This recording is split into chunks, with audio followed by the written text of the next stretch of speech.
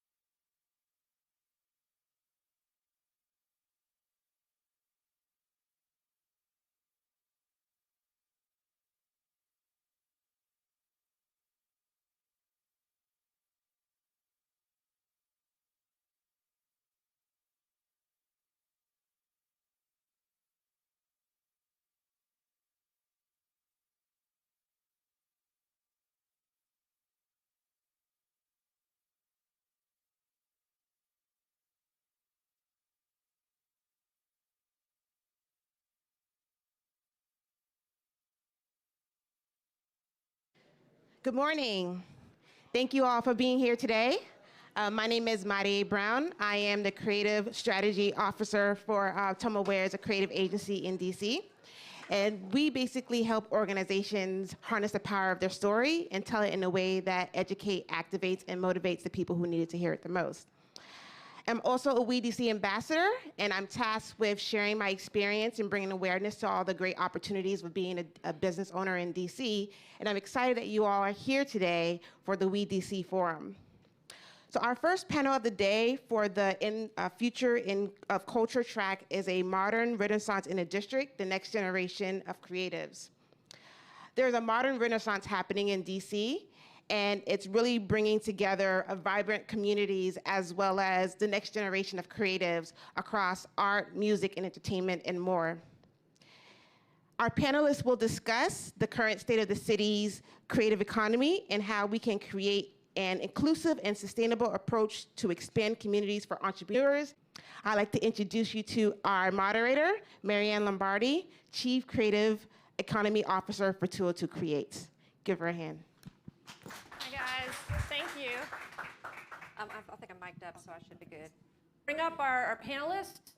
We've got Maggie, we've got Jeffery right here, and we've got Cam over here. So come on up and let's talk to everybody. Let's have a nice conversation. I don't need this. So I figured we would start the conversation just by getting to know our panelists a little bit here to start with. So Maggie, do you mind telling people, I mean, we know that you're the co-founder of SwatchRoom, which is really awesome. But can you tell folks a little bit about who you are and where that started? And where did that start? Patty Bob O'Neill. Oh, hey, rock and roll. And what it is, what's the scope of the work that you do? Sure. Because you are an artist and you are an entrepreneur and you are a business owner.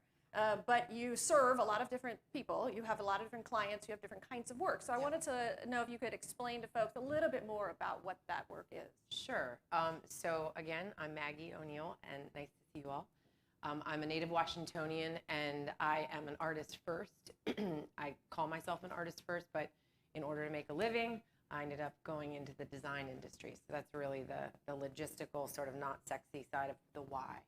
But it's, for me, in the hospitality design industry, to be able to transform someone's experience in your environment just for a little while in an amazing restaurant, amazing hotel, amazing nightclub, is just like making a painting. So whether I knew that was going to end up being my career path, it was a little bit more organic in that way. But SwatchRoom is a hospitality design firm, and we have sort of steered into the branding world as well now, but largely restaurants, nightclubs, hotels, and developer repositioning, which is, I think, a big part of probably where we'll head in this conversation. But everywhere where you see a crane and you see empty retail, there is a conundrum in front of us about how we're going to build communities and the creative capital that's needed in order to both design, program, and execute on all of that. And we have a lot to do with that and consulting for those purposes. And then the other side of my life is just pure artist, and I make paintings and everything else under the sun, murals and activations. But my gallery's at the Wharf right now. I just opened up about 2 weeks ago, and I split my time between both businesses, SwatchRoom and the fine art part of my life. So I have a whole other community of people that I feel very protective of and very proud of in the fine art community here in DC. And I hope that sort of sums it up. Yeah, Okay. Can you let folks know what the business structure of what you do, how that is structured? Are you for-profit, non-for-profit? Oh, sure. Do you employ people? SwatchRoom is for-profit. We have 12 people on staff right now that range from architects and lighting designers and sculptors to traditional interior designers. And we are very much for-profit. Sometimes. And like any small business, I've actually, prior to SwatchRoom, I had a business called O'Neill Studios for 12 years, and then SwatchRoom is really 8 years old now. I partnered with my partner, his name's Warren Wexler, and he's an architect. We met designing a restaurant called Lincoln that I did like 9 years ago now. Had a million pennies on the floor at one point. But, and it's very much like a traditional design build firm, except we are not traditional architects. So the formula of how business runs from the beginning of, hello, nice to meet you, what can I do for you, what do you need, to, you know, putting the last little detail is very much still a traditional process of, we do our own DD sets of drawings, and, you know, our proposaling process begins with just the service of design, and then there's an entirely different contract for the actual production of that design, depending on whether that's a need. Great. Yeah. Awesome. Thank you so much. Hey, Cam, do you mind introducing yourself and let folks know the breadth of the work you do? Some of it may be a little bit more visible than others. Yeah, absolutely. Thank you. Good morning, everyone. My name is Cameron Poles. Feel free to call me Cam. I am, you know, my official title is Chief Dot Connector of Black Alley Band. But much like Maggie, I consider myself a writer first and foremost. And was just kind of thrust into the creative direction and sort of the managing partner of Black Alley Band here in DC. We call our music hood rock, a mix of trap rock and go-go, and we branded our community outreach and activism efforts as Hood Rock University. You know, we do a multitude of things looking to grow that. So far, we've, you know, they've worked with me on another venture, the Chocolate City Farmers Market, providing food for our low-income families in Southwest. We've provided 4 scholarships so far for students, native DMV students, and just looking to do so much more in the creative space and in the more tangible community activist and community-centered space. I'm also co-founder of the Chocolate City Farmers Market here in DC. We use that as a platform for our local African-American farmers, farmers of color that's, you know, just kind of marginalized here. And we take, what we do is we hold that farmers market so that they can sell their fruits and vegetables and different things and bring them together with local creators. And is that something I'm doing?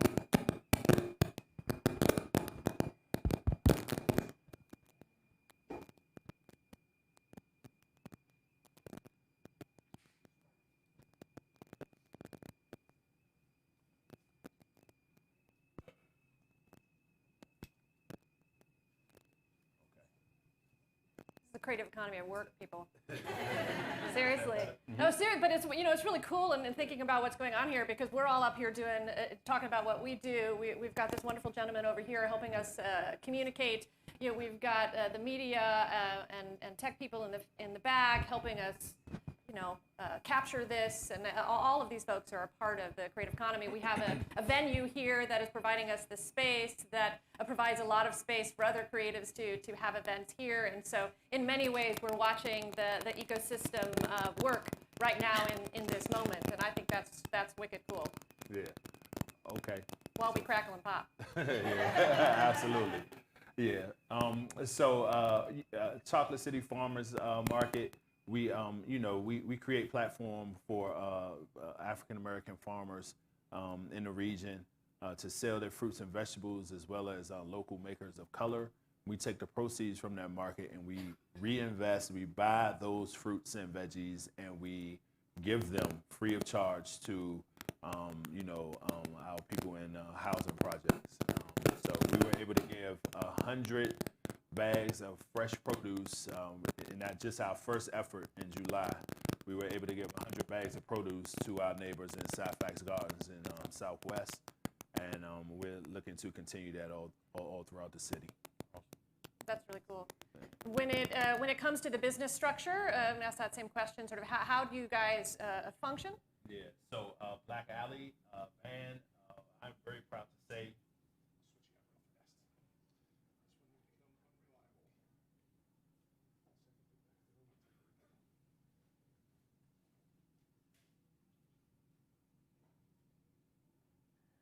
I'll just project. Very proud to say that we are we formed as a cooperative association. That was important to me. I did not want to divide or a traditional approach like a manager or the band, the actual musicians in the band to feel, to be and feel to be owners and to feel ownership over, you know, their creative process and their creative output. And so we formed a cooperative association. We're still small. We're looking to open it up to other creatives in the city and function like a true co-op where we can pool resources. You know, we were able to lease a studio. So one thing we have done is, you know, offer the studio at below market rate to rent out to ensure that other musicians, especially in the go-go community, have a place to practice so that we can keep this culture going, and it's, you know, below market rate. You know, eventually we want to grow to where we're doing things like health insurance and things that a traditional co-op does. And, you know, in terms of my vision, even growing so much and so far as to kind of disrupt, you know, the Apple Musics and the Spotify's where artists are saying fractions of a cent for their work, while these companies are like becoming billion-dollar or already are billion-dollar industries. That's great. Thank you for that. Hey, Jeffrey, how about you let everybody know a little bit about the musicianship and your journey and what you all do? Sure. Good morning, everyone. So I grew up on the south side of Chicago. I was a musician. I still am a musician. And sort of emerged from my environment as a result of my involvement with music programs. And so did well enough artistically to get a scholarship here to play drums at Howard, and then did well enough in school to go to GW for law school. And in my second year, I wanted to be a social engineer like most people who go to law school, but wanted to do it in a different way. I didn't feel like my time was best spent doing mock trial court or moot court board or mock trial team, that sort of thing. And so really just wanted to help young people who were similarly situated. And so I knew sort of my story and the impact that music had on my life. And so in my second year at GW, a friend and I started a nonprofit organization called the MusicianShip. And we facilitate music lessons, experiences, and opportunities for youth who need us most. And so up to this point, that has looked like after-school programs, masterclass programs, summer programs. This year working with about 1,600 young people here in DC, mostly, but also about a couple hundred kids in South Africa. We just did a cultural exchange project in Paris 2 weeks ago, and we leave for St. Martin on Sunday to work with about 50 students. And so it's been this journey of us wanting to like recreate these narratives of young people who are predominantly in underserved communities and leveraging music as a tool by which they can achieve in other areas of their life. I mean, we just got grants to use like adaptive learning software to help improve young people's reading and math scores. And so music is sort of the tip of the iceberg. It's like the sugar in the medicine. And so that's the core of what the musicianship is about.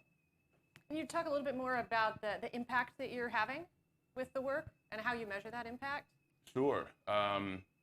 So impact is a tricky word just because we tend to measure short-term, intermediate, and long-term outcomes in all of our different programs. And so that looks different in after-school programs and summer programs and in masterclass programs, primarily because of the dosage in each of those programs, the proposed outcomes for each of those programs, which is different in each of the different schools that we work or communities in which we work.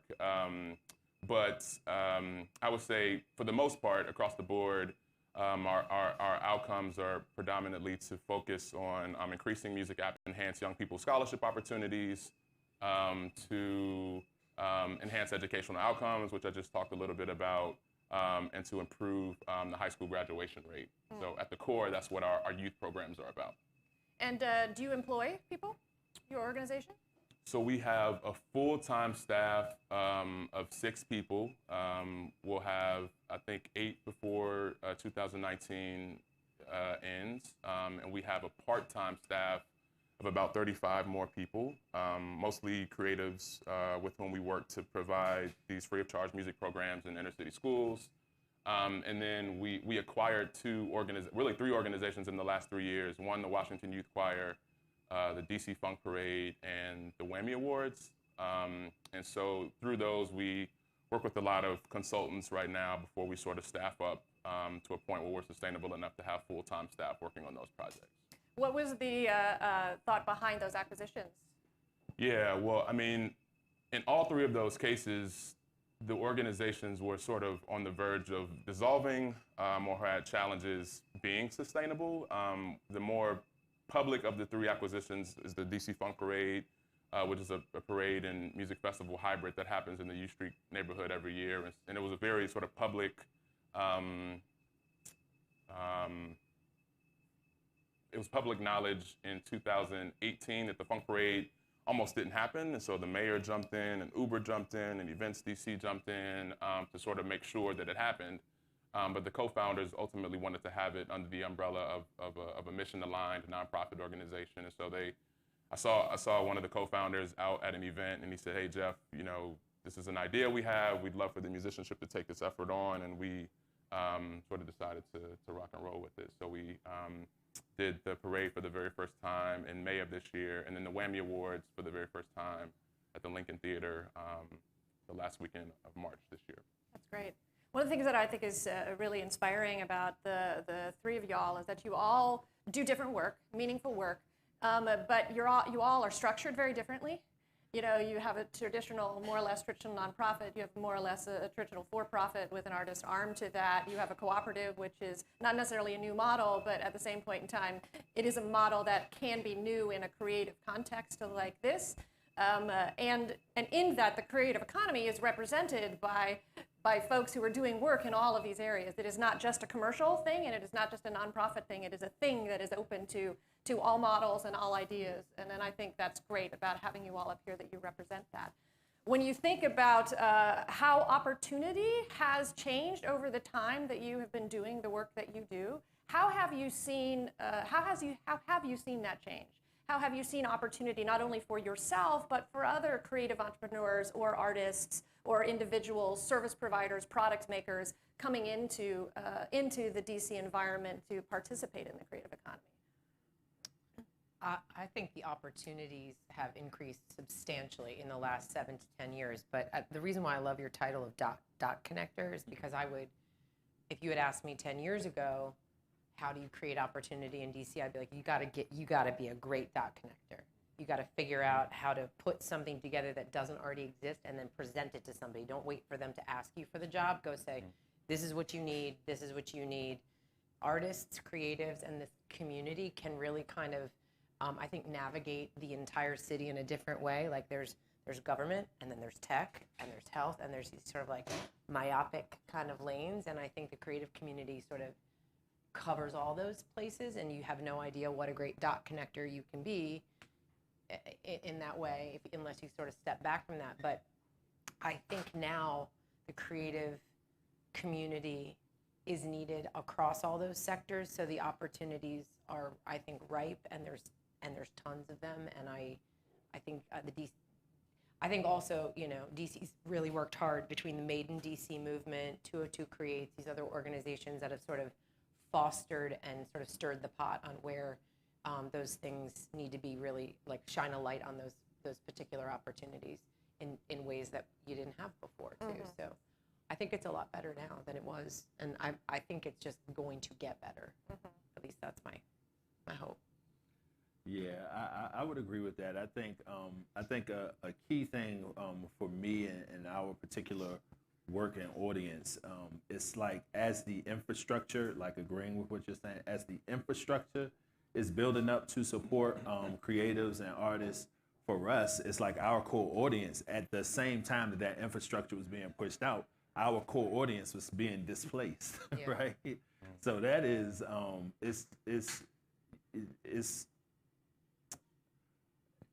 you have to navigate that. Like you really have to be adept at navigating that and really shining a light on that. Like when we first started, like I could have really used 202 Creates when we first started all those years back.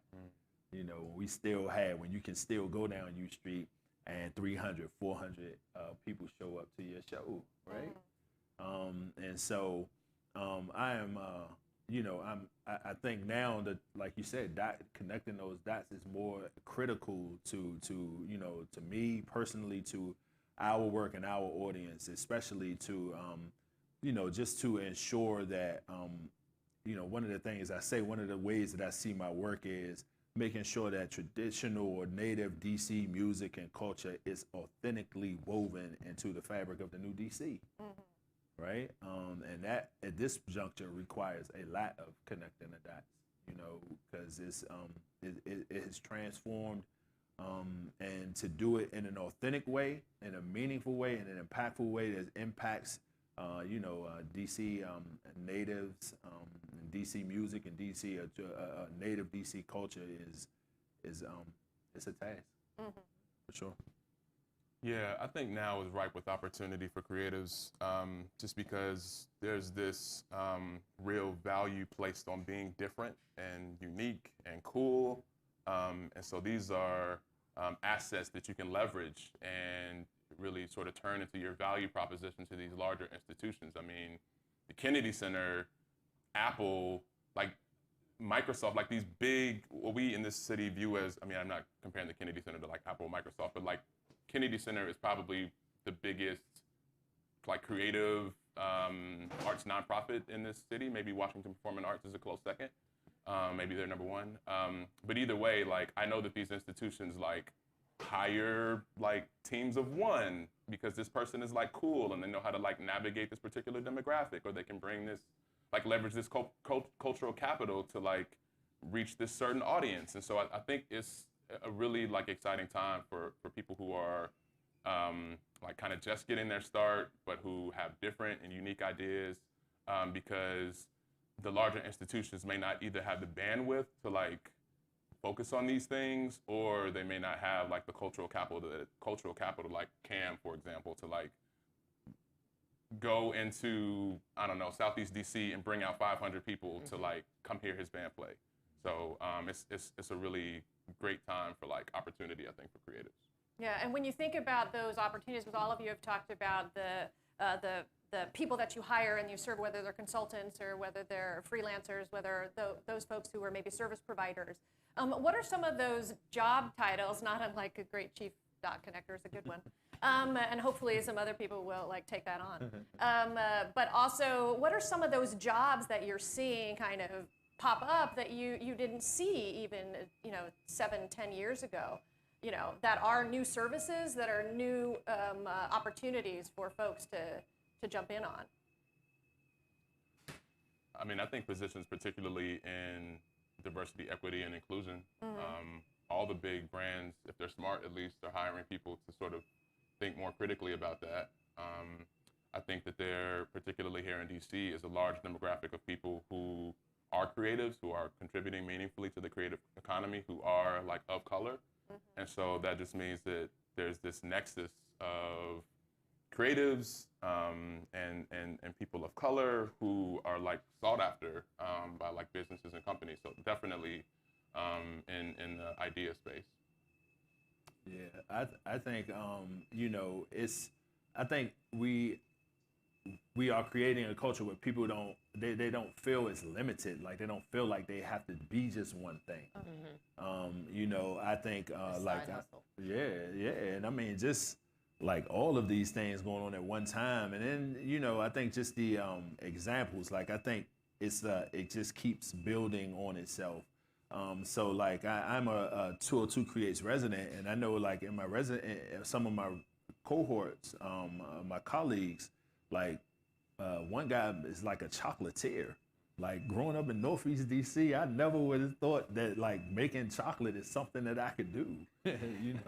Like making a candy bar, and a couple of sisters are like doing the gelato. Like they have all these fancy gelato things, like flavors and stuff. It's like, wow. So I think it's the specificity of it. That's so that you're like, that's amazing. Right. You're right. Right. Like, so I just think, I think that one of the benefits of having just different types of people come and really investing in the creative culture and the creative economy is just the removal of sort of these artificial barriers and limitations that creatives place on themselves.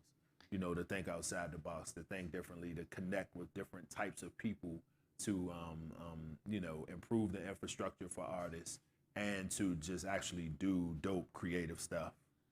I think there's a thank you social media and Instagram for this too. I mean, I think there is a complete focus now on creating culture and create the placemaking. Like there's not a developer I don't work with where now there's somebody, that job probably didn't exist 10 years ago. Like now you have people that are responsible for placemaking. You have people are responsible now for creating culture within these companies. And what does that mean?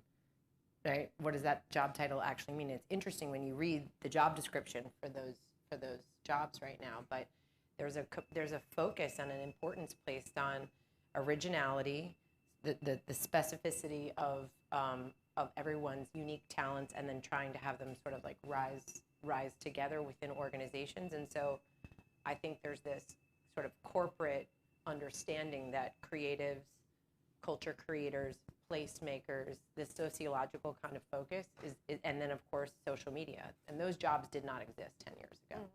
And I think it's interdisciplinary, right? You could be an amazing visual artist who happens to have a tremendous skill set to, like I have a woman that works with me right now who her background was in exhibition design. She came from the Corcoran, and the way she thinks is how someone moves through a museum, how they move through retail, right? She's amazing at actually creating those kinds of things for corporate spaces, and she probably didn't think of that when she was coming out of school. So I think there's a lot of overlap there for jobs. So riffing off of that, how do people say, for folks who didn't realize that could be an opportunity, how are ways that we help creatives understand those kind of possibilities, right? This thinking outside of the box, understanding how to go to developers or other partners and create opportunity through those, developing those relationships. How do we help people do that? Because that's not natural for everybody, right? Like sometimes you need somebody to come along and say, you know what, you're really good at. Have you ever thought of you know, doing that? That's a marketable skill that you have there in the restaurant industry, in the development industry, you know, that kind of thing. How do we help people do that? It's a good question.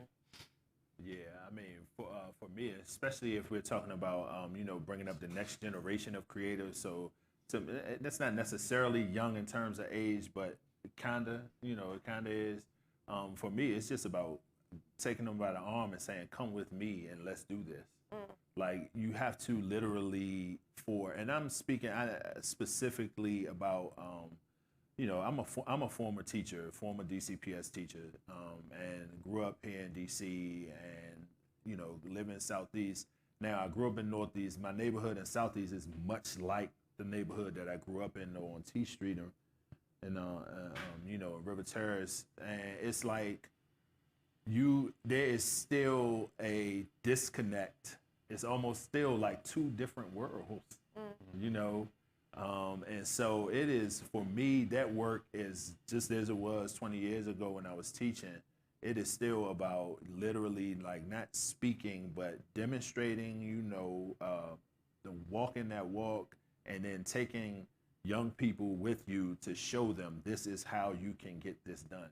Like, it's just no shortcut to it. Even with, like, I get it, like, it's social media, it's all types of ways we can communicate with each other. But I think for, you know, specifically for, you know, for my community, there's still just a disconnect, and it requires hands-on, come with me, young brother, young sister, let me show you how to do this. When it comes to the youth that you work with, because you're primarily the end user of your work are kids, right? Young people. How are you seeing them see the creative opportunities? Do they see things differently than you know, us old folks sitting up here, you know? Well, of course. I mean,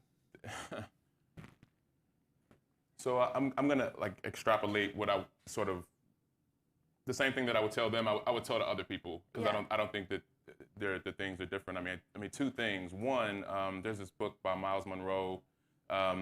That's called Releasing Your Potential. And I think that ultimately, sort of the crux of that book is about bringing all the best pieces of yourself together and like harnessing that and like channeling that into whatever it is that like you're passionate about, and like ultimately like that is what you're supposed to do. And so I think that like being able to help people understand like what is within them, and I don't mean to be like super like theoretical or philosophical, but like we all have something in us. It might, whether it's a skill set or whether it's like our inclination to think about things differently than some other people do. Like we're all unique, and so I think helping people, young people in particular, because you asked about it, to like understand that like there's value in each of us, and that you do have a value proposition. And then I think the second thing is like figuring out how to best help them package that. And so that, yeah, that's where the networking comes in. That's where, you know, so you asked all of us about our sort of, not our legal literature. And so what does it look like? Understanding that if you are an entrepreneur, that necessitates your need to understand like marketing, accounting, human resources, like all of these other like traditional vocational things. And so there's like the business aspect of it, the packaging of that. Like how do you take this value proposition and like present it to someone where they can like pay you for your work, or they really value your work. So I would say like those two things. Yeah. So all of you are community builders in your own way, you know, and I'm interested. You mentioned very at the early set the visual arts community and how important that is to you to be a part of the growth of that. We haven't talked a little bit about that, but can you talk about how that community has changed and growing, and whether or not how the entrepreneurial side of that, how it ties into the design, how many people are taking advantage of those opportunities? Is that a growing industry for folks? Yeah, it is. And mentorship, which is basically what you're talking about, I believe wholeheartedly that is the way in which you're going to actually really show somebody how to do this. And the activeness of the activity, I should say, within our community right now to help one another, I think is stronger than it's ever been. I feel like, 20 years ago, 15 years ago, the fine art community here in DC was very secular. It was like all these little islands, and people weren't really willing to help each other out. I still think some of the organizations in the city are still not very helpful to one another, and haven't sort of figured out that like when the tide rises, all ships rise. Instead, they all think that they're kind of poaching from the same pot. And it's not the case anymore. I wish that would change. But I think the individuals are either self-funded or slightly community funded, have really garnered a respect and a value on the creatives in the city now who can go package themselves and say, this is what I have to offer. I have a particular chip on my shoulder because with female artists, I started an organization a couple years ago, but less than 5% of all work in major collections around the world, so that's major museums and is made by women. And that's like a staggering statistic to me, And where do we fall off? Why do we fall off? It's not like you don't know female artists, but we're all emerging artists. There's this level of established, and it's the only unregulated industry in the world. Like you can send a painting across, the ocean, and you're moving money across borders. That's why Art Basel and some of these other things are so fascinating. So I try to do my best when I can with the time that I have, that if there's any artists I can help, show them how to set up their business, how to prepare just the basics that you need to in order to pay your taxes and have that transaction take place. I try to help where I can, and I feel that this town has really changed, and most people are willing to help each other now. And I don't think that was the case before. Interesting. So the same within the chef community in DC too. Like the chefs in DC are so supportive of each other. It's bananas. That is not the case in other cities. Yeah. Yeah. It's a positive thing. That's awesome. So we've talked a little bit about what we all can do from a mentorship perspective and all of that. What are things that you think of that entrepreneurs and creatives themselves, when they're either when they're starting out or switching? Because I agree with the idea that we tend to talk about the youth as being the only emerging creative economy class, but with the amount of freelance economy is growing 3 times faster than the traditional workforce. The largest part of that freelance economy are actually the baby boomers. So I do think that the data is very interesting around this area. So there are people of diverse age ranges that are participating in this economy. So what are some of the things that you think those creatives can do themselves, you know, to get involved, to work a little bit on that craft, to really make the most out of it? Yeah, I mean, I think they are in a unique position, you know, the population that you just described, because they do have, or they tend to have a work history, right? So they have learned skills. They have real skills that they can use, and they know a little bit. Like, they may not be the best at math, but they worked at a company that had an accounting department, and they had to do some things around, you know, the different ways that the different areas that Jeff just mentioned, where you know, need to be a successful entrepreneur. And so I think for that particular population, I think the most important thing is figuring out the most effective ways to communicate the resources that are available in the city. Because the thing about it is that, you know, it's, you know, like my mom, my mother is, I cannot text her and expect a text message back within 48 hours, right?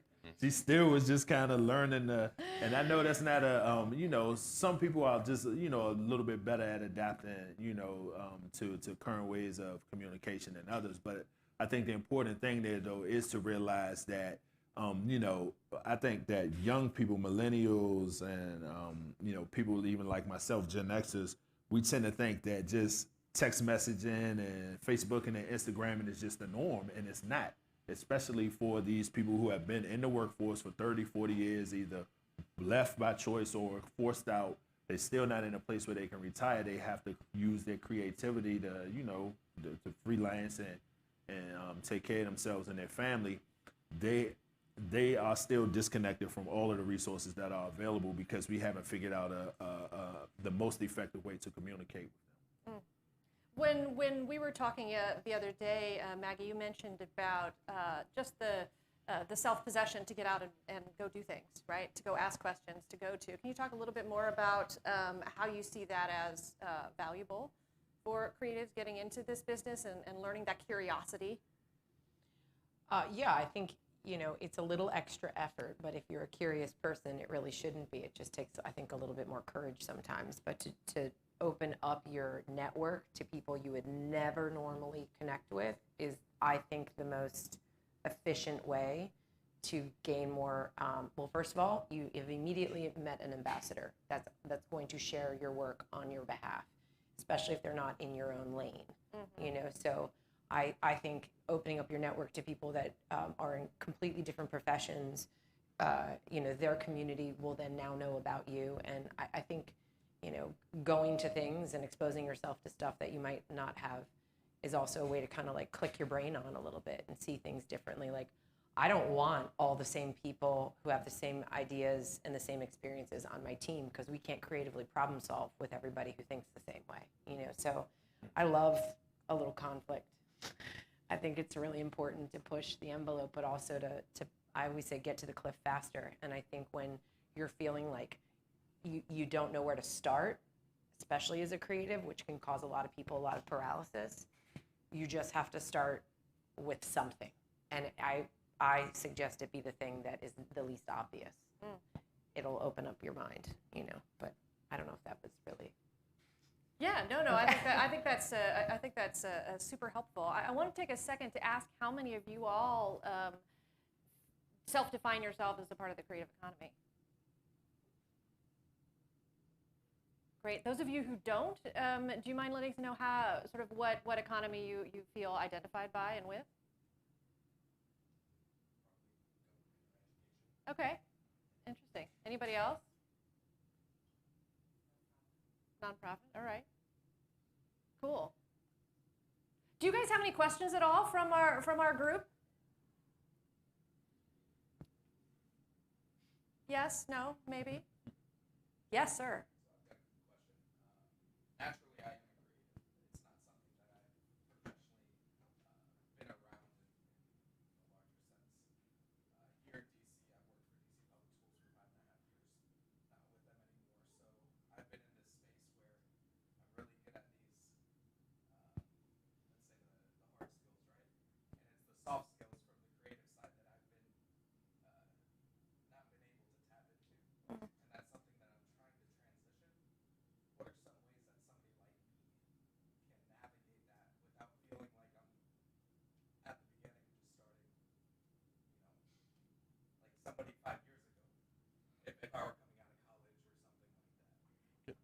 can I just ask a counter question really quickly, and not to make this like a therapy session where you're getting super vulnerable, but what would you consider to be the soft Yeah. skills? Yeah, that's what I was. So soft skills, it's like I would consider the one-on-one, the human touch, being able to hold the conversation, being able to navigate, working through. I guess I think about it in a lot of places you have three people. You have the soft skill, you have the liaison, and you have the hard skill. And trying to bridge that. So a lot of what I've done is finance, budget, operations, grants management. But my degree's in marketing. My mind wants to work a very also good at, but not necessarily the things I want to navigate. Knowing it's like, okay, well I've got these things that I've done, but it's not necessarily where I wanted to go in the direction I'm going astray. So I'm trying to figure out how I can jump back into that and it be something that is not starting from the beginning, basically. I mean, I have two things to offer. I don't know if they'll be helpful. I mean, one, before I was running the musicianship full time, for 7 years, I was drafting, reviewing, and negotiating contracts for an Inc. Fast 5000 company in government contracting. And so, in some ways, like the same like space, like this sort of linear thinking, not to like say that accounting, not to like put accounting like a pejorative way or whatever, but like it was like this linear thinking, and I did feel like I wasn't being able to like leverage that other like creative side of myself, and so I would always like kind of talk to upper level management about like, man, you know, I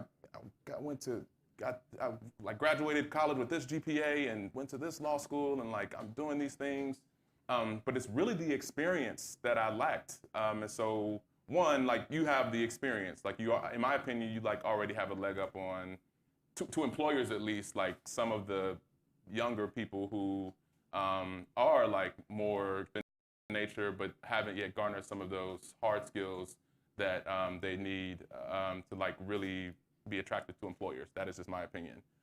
Two, you know, I don't think that you should like, not suggesting that you're doing this, like suppress those hard skills.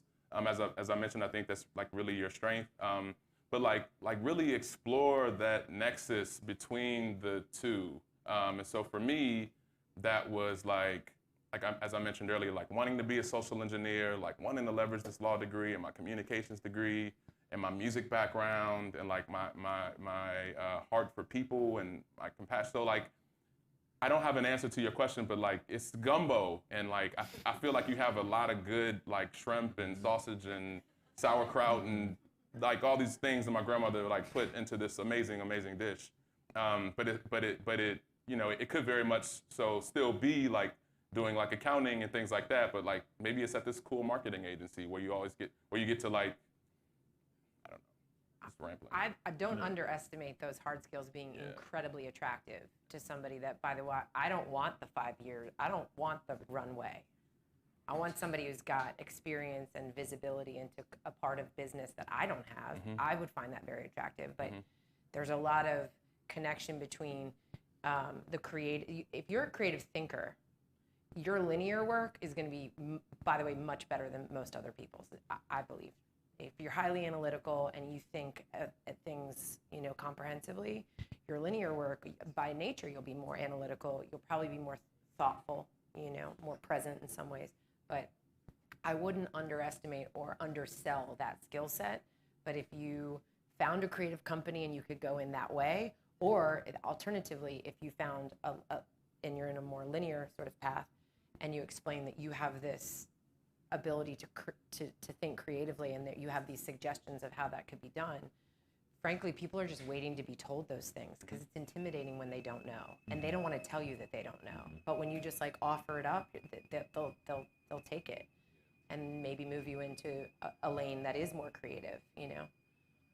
Yeah, and I think the only other thing I would add to that is you probably have everything that you think you need. You clearly are an effective communicator. We're all sitting here listening to you, understanding, interested in what you have to say, and kind of want to know a little bit more about what those hard skills are, and all, So it might be a mind shift too, right? It might be a process of sort of getting, and I'm a whiteboard freak, like as Cam knows, I love to whiteboard things out. But it might be a process of like getting in front of a whiteboard and going, okay, these are my hard skills. This is what my goal is. This is my skills. This is the thing I want to learn. This is how I want to position myself, and this is who I think the audience is for those skills that I have. Maybe it's working with a communications coach. You got Dana sitting right across from you, right there. Maybe there's something about that too. That's what I'm here for. Right? It's like connecting people. Yep, I know. It's so well done, right? And so, but I think you probably have more of it than you think you do ready to go. It's just about positioning it in a different way that you feel confident about it. Yeah. Hey. I would like to put a question to you. Oh, I'm sorry. Thank you. Yes. Good morning. I'd like to put. I have a radio voice. Thank you, darling. Yeah. I just wanted to say that I would love to hear from the panelists some of the obstacles that they have confronted in their craft, in their industry, and how they've overcome it or how they're dealing with it. Great. Anyone who wants to jump in on that? I'm going to go with the unsexy stuff and the unfortunate thing about building a business, which is honestly, like if people are not paying you and you cannot collect your AR, you don't have a business.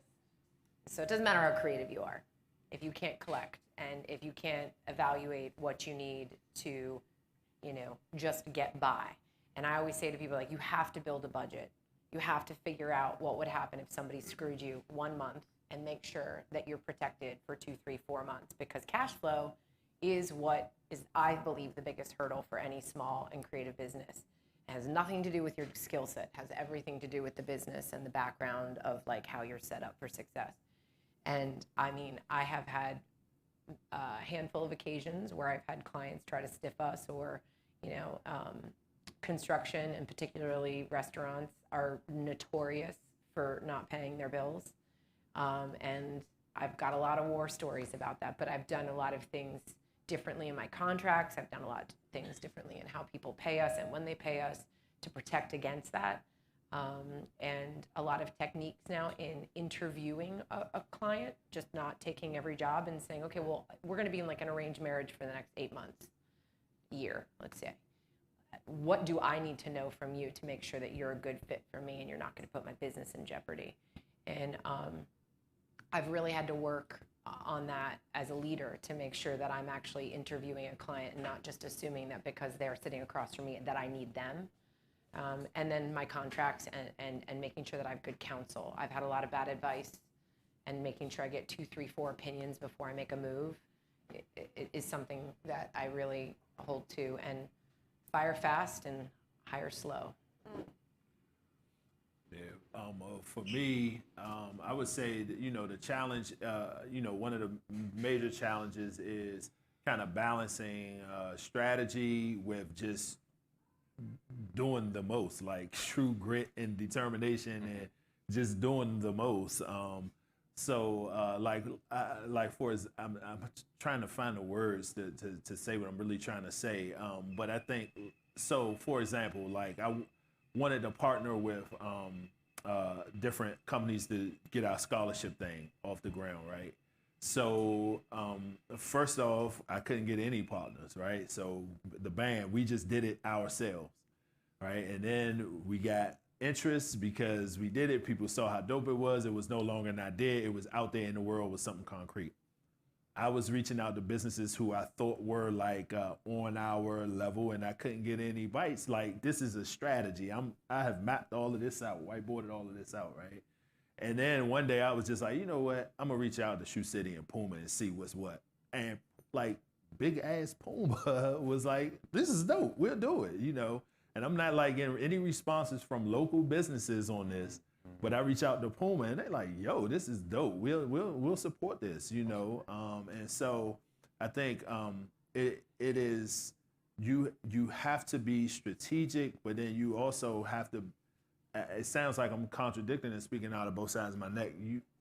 You have to be strategic. There's definitely value in strategy, but you also just have to have a mindset of everything is open to me, and I will try everything, that is not outside of my moral compass or my values or my mission or whatever to get this done. Yeah, come on. I mean, when you asked about challenges, I sort of laughed to myself because I'm like, which day or which year? I mean, they change, right? And so in recent months or years, it's been the cash flow. And I think that comes just by having like more staff. Every 2 weeks, there's payroll. And so I can think about, a time where I had like $30,000 on my credit. Like we had maybe $100,000 in receivables, like from either sponsors or government or whomever. So like, we know this money is coming in, but like, it's coming in 90 days, and I have to make payroll tomorrow, So I put like $30,000 on my personal credit card, and didn't take a paycheck, and like had to pay my staff, because that was important to me. It's like integrity of the business and that sort of thing. And so in recent years, months, cash flow. But we could talk all day about challenges. I mean, early on, it was feeling like an outsider, feeling like people didn't understand what we were trying to build, what I was about. Just access to resources or people or institutions. Access has gotten a little bit easier. But I'm also a business strategist for an NFL player, and we're working on a media project for him. And this is a guy who got a $75 million contract to play for the Washington Redskins for 4 years. So like somebody like who has a lot of money, who has all this notoriety, and like they tell him he's not a big enough celebrity, or like he doesn't bring enough like cachet to this media project or whatever. So I say that to say that like wherever you are in life, no matter how far up you ascend, like there's always going to be like challenges or people who are like naysayers or people who like, and so that's forced me to like tap into like some of my like socio-emotional strengths, and like to sort of like submerge my own self-defeating mentalities, like about like self-esteem or just like my confidence or just like whatever, and like kind of like got to boss up and just say like, yo, like this is what I'm doing. Whoever's on board, excellent. If you're not, you got to keep it moving, period, Yeah. Well, okay, great. We have time for one more question. Yes, ma'am. Thank you all for being here. How can people get in touch with you and or be involved with your projects and organizations? I have business cards for anybody who really wants one. I'm also on social media. That's a decent way to get in touch with me. Yeah, I have the social medias. Anybody that wants to get in touch with me, I'll give you my cell phone number. Like I'm open in that way, and I'm always loving to meet new people and learn about what you're doing and just build if there's any way to build, or put you with people who I think you can build with. Like I enjoy just doing that. That is the thing about this job that I love the most. It's just meeting people and being open to people and just doing whatever I can to help people along their journey. I feel the same way. It's like good professional karma. It's good art karma. Like when you can connect the dots where they should be. SwatchRoom is the design business, and you can find us at SwatchRoom.com, or that's also the Instagram. And then Maggie O is my fine art website, which is really simple. We lost the O'Neill part of it. It's just Maggie O. And I'm down at the wharf. Come see me down there. But I try to answer off of Instagram and Facebook sort of regularly, but I'm old guard too. Yeah. You can shoot me an email. Yeah, and I'm Maryann. You can get me at Lombardi DC from an Instagram perspective, and also I'll happily give you my cell phone number. So you're always welcome to text me too, or just come down to the Two Creates office. That's another thing we always tell people to do if you're interested in what we're doing. Just drop by and say hi. We'll introduce you to 800 people who are there, and we'll talk and like find out what you want, and go from there. So thank you guys for spending the time with us. Thank you, WDC, for making this happen, and thank you to our panelists. Thank you guys.